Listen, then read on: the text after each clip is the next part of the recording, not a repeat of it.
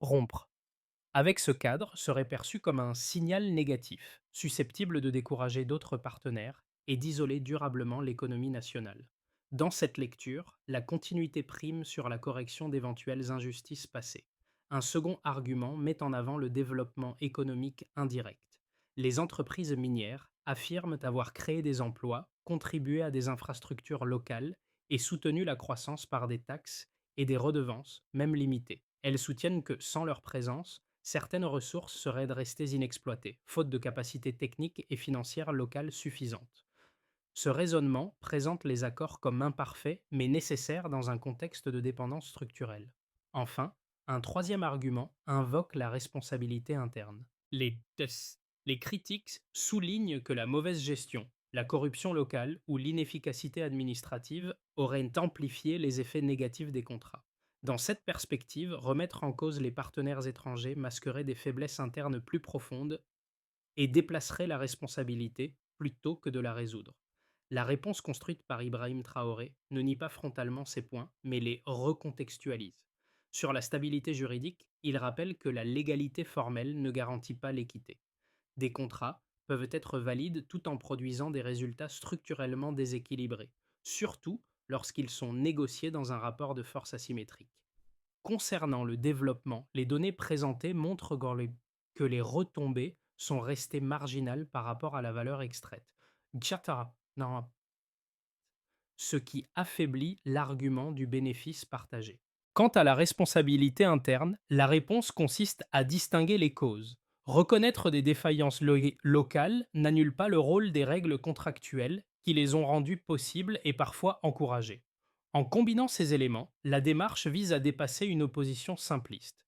Elle cherche à démontrer que corriger les règles du jeu est une condition préalable à toute amélioration durable de la gouvernance et du développement. À mi-parcours, le récit change de nature. Jusqu'ici, l'attention était portée sur la révélation des faits et la solidité des preuves. Désormais, l'enjeu devient la transformation de ces constats en lignes politiques durables.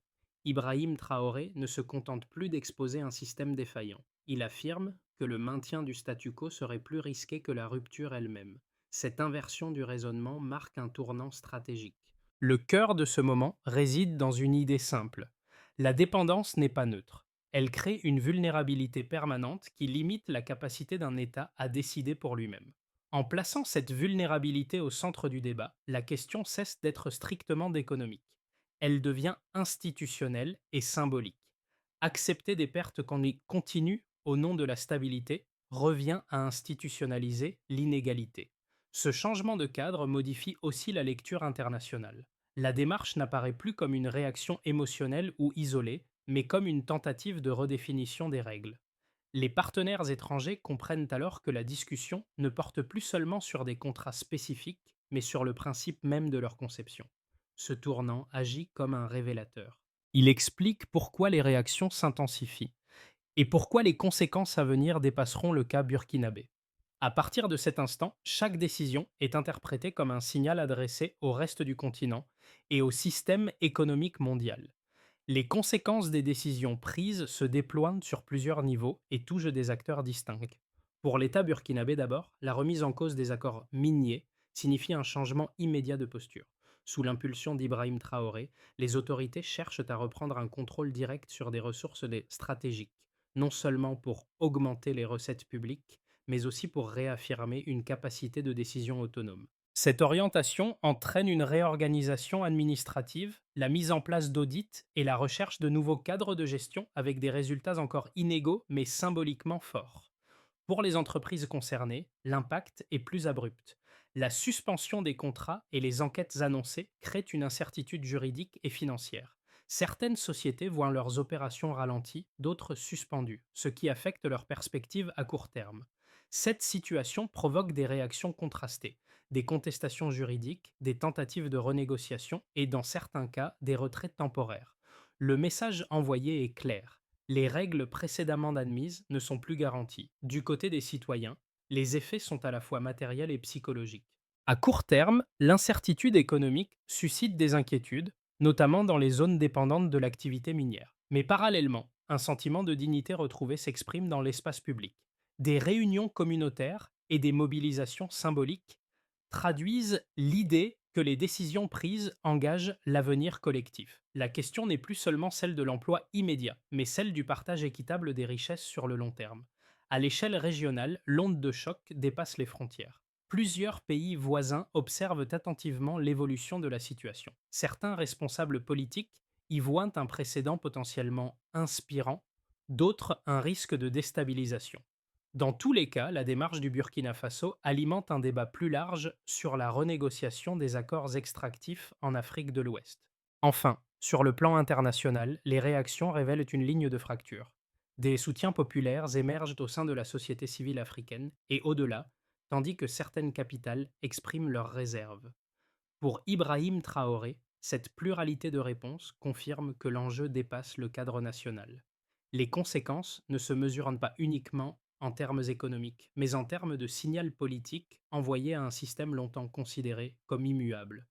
À l'horizon des 6 à 12 prochains mois, trois trajectoires plausibles se dessinent, chacune reposant sur des choix politiques, des réactions extérieures et des capacités internes distinctes. Le premier scénario, souvent qualifié de base, suppose une stabilisation progressive. Dans cette configuration, les autorités parviennent à maintenir le cap sans rupture majeure, tout en négociant des ajustements avec certains partenaires. Les audits se poursuivent, quelques accords sont renégociés, et l'activité minière reprend partiellement sous des cadres révisés. Les résultats sont modestes, mais la crédibilité institutionnelle se consolide lentement. Le second scénario, plus optimiste, repose sur un effet d'entraînement régional. Les décisions initiales du Burkina Faso encouragent d'autres pays à réexaminer leurs propres accords extractifs, créant un espace de coopération sud-sud. Dans ce contexte, de nouveaux partenariats émergent, moins centrés sur l'extraction brute et davantage sur la transformation locale. Les recettes publiques augmentent graduellement, permettant d'investir dans des infrastructures et des services essentiels. Ce scénario suppose une coordination diplomatique soutenue et une capacité administrative renforcée pour absorber le changement. Le troisième scénario, plus sombre, met en lumière les risques d'une pression extérieure accrue. Des sanctions ciblées, des retraits d'investissement et une contraction des échanges peuvent fragiliser l'économie à court terme. Les tensions internes augmentent si les bénéfices attendus tardent à se matérialiser. Dans cette hypothèse, la question n'est plus seulement économique, mais sociale et politique. La cohésion nationale devient un facteur déterminant pour éviter une remise en cause du processus engagé.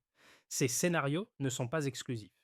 Des éléments de chacun peuvent coexister selon les secteurs et les périodes. La clé réside dans la capacité à arbitrer entre fermeté et adaptation, sans diluer le message central. L'enjeu cognitif est essentiel. Penser en termes de trajectoire plutôt que de résultats immédiats. Dans cette perspective, la décision initiale agit moins comme une fin que comme un point de départ. Elle ouvre un champ de possibles où chaque choix intermédiaire pèse autant que l'acte fondateur lui-même. Au-delà des États et des entreprises, cette séquence touche des individus ordinaires, souvent éloignés des tables de négociation.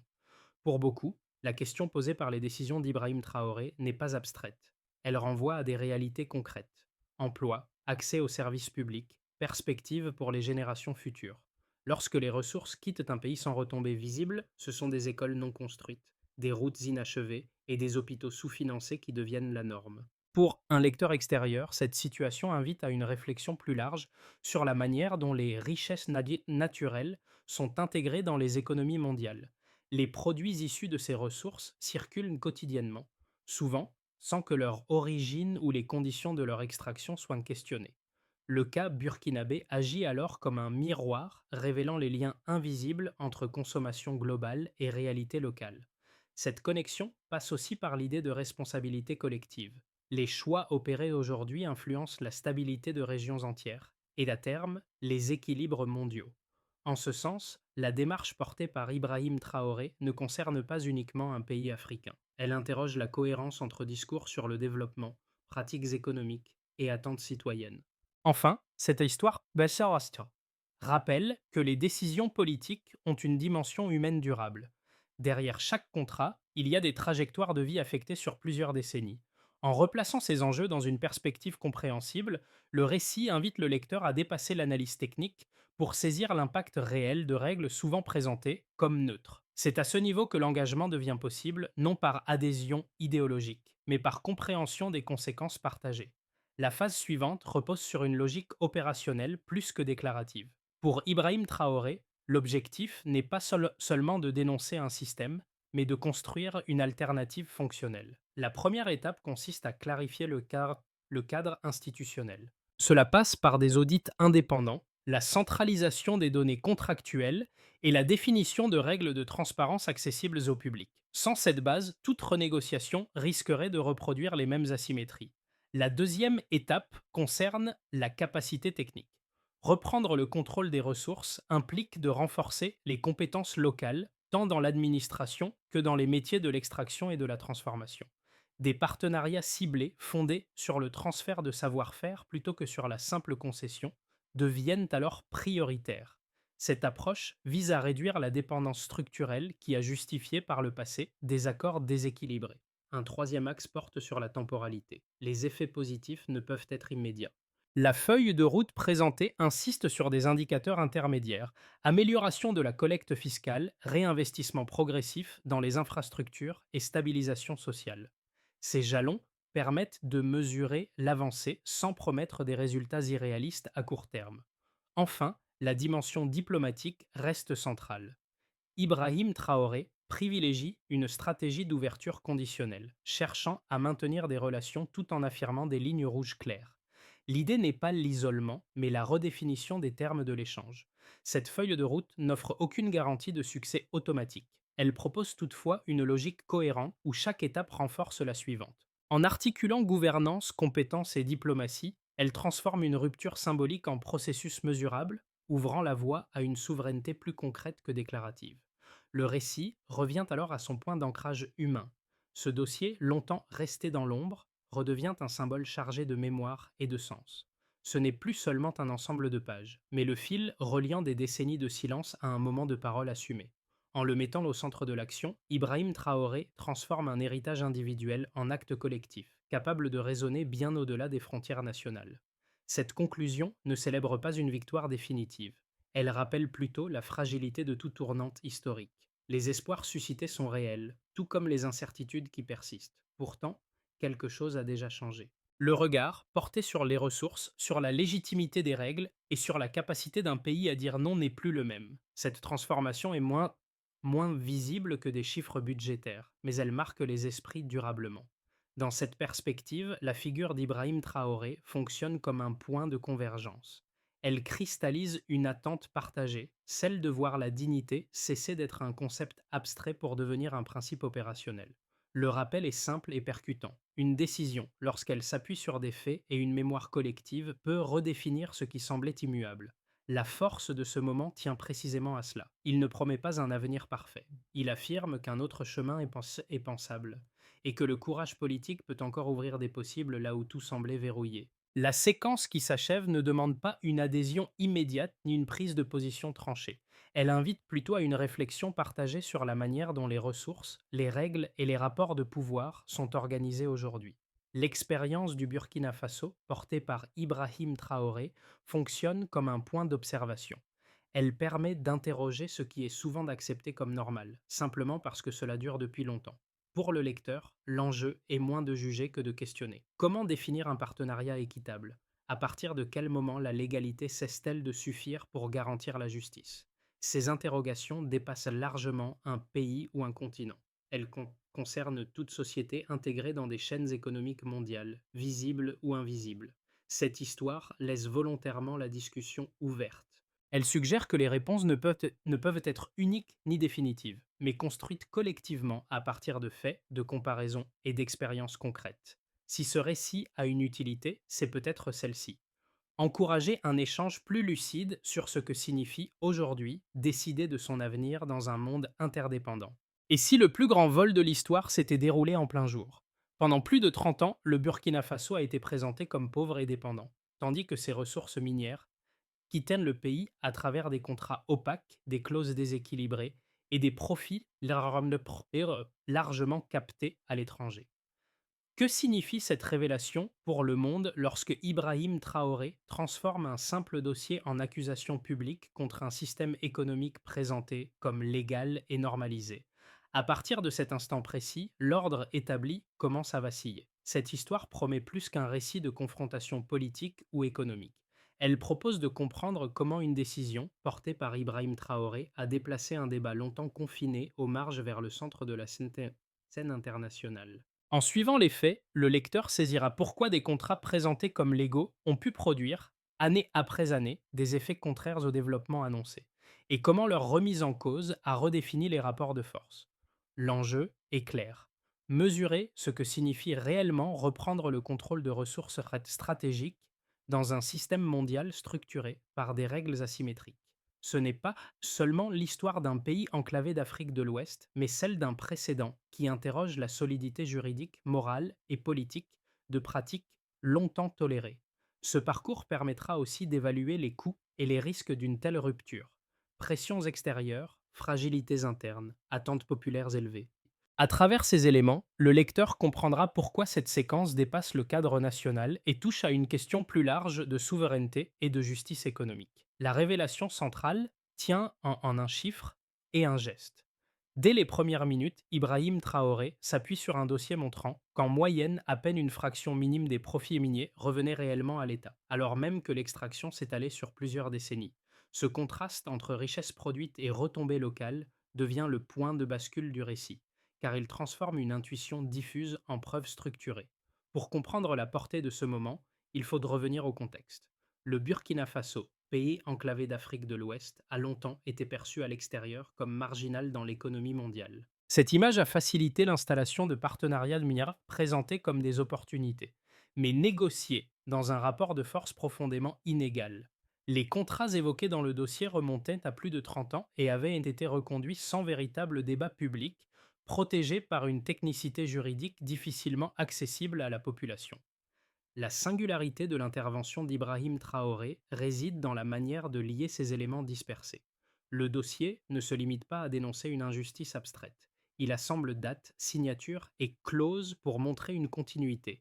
Des accords conçus pour durer, verrouiller l'accès aux ressources et neutraliser toute remise en question future. Dans ce cadre, la pauvreté persistante n'apparaît plus comme un échec interne, mais comme la conséquence logique d'un système contractuel défavorable. Ainsi, la nature du débat change. Il ne s'agit plus de savoir si le Burkina Faso a été mal géré, mais si les règles du jeu elles-mêmes ont été biaisées dès l'origine. En exposant ce cadre, Traoré place la discussion sur un terrain juridique et moral, préparant la suite des événements et les réactions qu'ils provoqueront. L'histoire ne progresse pas uniquement par des chiffres et des clauses juridiques. Elle avance aussi par des figures humaines qui donnent un visage à ce basculement. Aux côtés d'Ibrahim Traoré apparaît Aïcha Dembélé, enseignante à la retraite, dépositaire d'un dossier, transmis comme un héritage de lutte. Son rôle n'est pas symbolique. Elle incarne la continuité entre une mémoire individuelle et une action politique devenue publique. Ce lien change la perception des faits. Le dossier n'est plus un simple instrument technique, mais la trace matérielle d'années de silence, de tentatives avortées et de risques personnels assumés.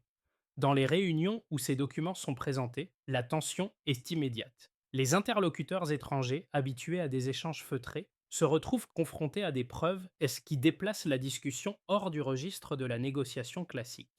Les premiers effets se font sentir rapidement. En interne, cette mise au jour provoque un regain d'attention populaire. Des forums et des rencontres communautaires sont organisés pour expliquer la situation, traduisant des mécanismes complexes en enjeux compréhensibles. À l'extérieur, les partenaires traditionnels observent avec prudence, conscients qu'un précédent est en train de se former. Et surtout, l'essentiel devient évident. Ce qui était autrefois invisible devient discutable. En donnant des noms, des dates et des visages à des accords abstraits, la dynamique s'inverse. La question n'est plus seulement de savoir qui contrôle les ressources, mais qui détient la légitimité pour décider de leur avenir. Cette bascule prépare le terrain de la séquence suivante, où les faits vont se transformer en décisions. L'activation commence dans la discrétion. Pendant des mois, Ibrahim Traoré et un cercle restreint de collaborateurs travaillent à transformer des soupçons en un dossier cohérent. Les réunions se tiennent à l'écart des regards. loin des lieux officiels, afin d'éviter les fuites et les pressions prématurées. Chaque document est vérifié, chaque clause replacée dans son contexte historique. L'objectif n'est pas encore l'affrontement, mais la préparation méthodique d'un moment où les faits parleront d'eux-mêmes. Le point de bascule survient lorsque le dossier est jugé suffisamment solide pour être exposé. Lors d'une réunion de haut niveau réunissant diplomates et représentants économiques, Ibrahim Traoré choisit de rompre avec les usages habituels. Plutôt que d'ouvrir par un discours politique, il pose les documents sur la table et structure son intervention autour des éléments factuels. Les dates s'enchaînent, les signatures se répondent, les clauses révèlent leur logique interne. Le silence qui s'installe marque le passage de la négociation implicite à la confrontation ouverte. Le sommet de cette séquence réside dans l'exposition publique. Chaque page agit comme une confirmation supplémentaire que les accords miniers ne relevaient pas d'un partenariat équilibré, mais d'un système durablement défavorable. Ce moment n'est pas spectaculaire par des gestes brusques et bélis, mais par son caractère irréversible. En rendant ces informations visibles, Ibrahim Traoré ferme la porte au retour en arrière. La discussion quitte le registre confidentiel pour entrer dans l'espace politique et médiatique. Les répliques sont immédiates. À l'intérieur du pays, le gouvernement annonce la suspension des contrats concernés et le lancement d'enquêtes pour identifier les responsabilités locales et étrangères. Ces décisions, prises rapidement, visent à montrer que la révélation n'est pas symbolique mais suivie d'effets concrets. Dans les jours qui suivent, des réunions publiques sont organisées afin d'expliquer les mesures, de prévenir les rumeurs et de consolider le soutien populaire. À l'extérieur, les réactions se multiplient. Certains partenaires expriment leur incompréhension, d'autres leur inquiétude face à un précédent susceptible d'inspirer des démarches similaires ailleurs. Des tensions diplomatiques émergent, tandis que les marchés liés aux matières premières observent la situation avec prudence. La chronologie s'accélère. Ce qui s'est construit sur 30 ans est remis en question en quelques semaines. Cette séquence montre comment une préparation lente conduit à un choc rapide. L'activation patiente rend possible un moment bref mais décisif, dont les répliques s'étendent bien au-delà des frontières nationales. À ce stade, l'enjeu n'est plus seulement juridique ou économique.